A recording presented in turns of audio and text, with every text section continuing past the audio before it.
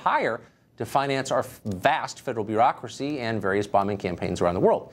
Most people hate tax day, but Caroline Heldman is a big fan. She's hard to find him, but we did. She's a political science professor at Occidental College out in California, and she loves tax day so much she wants to expand it bigly. She's called for upping the top tax brackets in America to 80% or more. Professor Heldman joins us tonight. Professor, thanks for coming on. Thanks, Tucker. So I just want to get to motive here for a second. Do you want the tax rate to go up to pay for more stuff or as a way to punish rich people? Well, neither of those things. And let's be clear, I'm not talking about taxes for your viewers. I'm talking about taxes for the top 1%. And I'm not even talking about all of their income. I'm talking about the marginal tax rate, the highest rate, which right now is set at $470,000. So I'm talking about wealthy individuals who on $470,000 plus would be taxed at a much higher rate than they are now. And in fact, historically, for example, under Eisenhower and JFK, they were taxed at 91%. Now they're taxed at less than 40%. And this has meant that we've scrimped on the social safety net. We've scrimped on education. There are lots of things that this money could go for. Well, we spend more on those than almost anyone else in the world. But to answer my question, I mean, you want to buy more stuff. It's not just because you object to the existence of rich people. You're not trying to hurt them. You just want to pay for more stuff.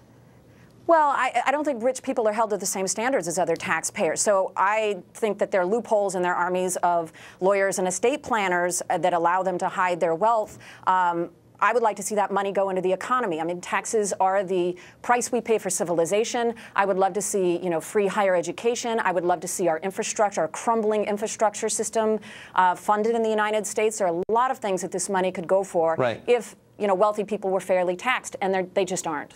So you're from an affluent family. What does your mom think of this? My parents, my family gives a lot in philanthropy, just as I do. I'm not on the top 1%, but, we are people who practice what we preach, and that means that you give a lot of money away in terms of nonprofits. I also use tipping of servers as a mechanism for redistributing wealth. I'm confused. Okay, no, but I'm for all those things. I'm for philanthropy, and I'm especially for tipping waiters. I agree with you 100% on that, and so God bless you. Glad to hear it, Tucker. But you're asking other people to give their money to the government. Why aren't you giving 70% of your income to the government? You could. Well, I'm not on the top 1%, but I have no issue. You don't need to be. Well, that's the argument I'm making, right? That it's not about working class Americans or people like me who are upper income Americans. It's about really the wealthiest top 1%. Now, I have no issue you're a college paying professor. taxes. I'm not attacking you, by the way, at all. I pay about 30%.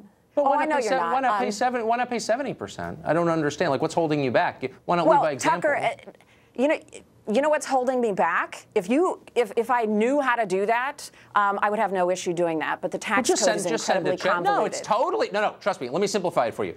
Just write a check, pay your taxes, then figure out what you pay 30%. You said. Just figure out what another 40% of your income would be, and just send it to the U.S. Treasury. Washington, D.C., no zip code required. You know what I do, Tucker? You know what I do instead of that? Because we don't have a fair system of taxation, I write checks to nonprofits that are providing services that the government should be providing. I write checks to Planned Parenthood. I write checks to nonprofits that provide a safety net for Americans. Making an argument so it has the same effect. I think you may be, but it doesn't actually. So why not pass a law requiring people to send money to charities that are more effective than the government is? I mean, so you're basically conceding. That would be great too, as long as the 1% is not the most efficient way to lift up the poor. Then why won't you send it to the government then? Tucker, I would say this train wreck of a Trump government is certainly not the best way to serve the poor, since they have no interest in serving the poor. But in general, I think government does a fine job providing the services I'm just asking you to practice what you preach. Let me just ask you one other question here. I do practice what I preach. Well, you don't. You're telling other people to send their money to the government, and you're not. So, like, I'm telling the top 1%. No, Tucker, don't put words in my mouth. I am telling the top 1%. I am saying the government needs to tax them fairly. If we're going to talk about taxation, I actually think I'm taxed pretty fairly. I choose to spend way more than the majority of my income on other people. I choose to do that, but we're not talking about me. We're talking about. Of course, we're not talking about you. You don't want to do it. We're talking about the top 1%. It sounds awful. Tucker, no, you don't get to do this. You don't get to lie. You don't get. No, Tucker, you don't get to put words in my mouth. We're talking about the top 1%. Professor. You're noting the obvious. I'm not in the top 1%. It's not about me. This is not an argument about me. But not you. Oh, it's not yes, about you. Okay, yes, it's never yes. about, That's the argument. The people proposing it. Let me ask you one quick question, though. I understand. It's the marginal tax rate on the top wealthiest Americans. There's a real concern, I think, about accumulation of wealth at the top. It's probably not good for society. I bet we agree on that. It's not. But it's not about income. It's not about your income taxes. It's about capital gains taxes, taxes on investment, on capital that is working. That's how people get rich. Nobody's making $1 billion from a salary. Are you suggesting raising the capital gains tax rate to 70% too?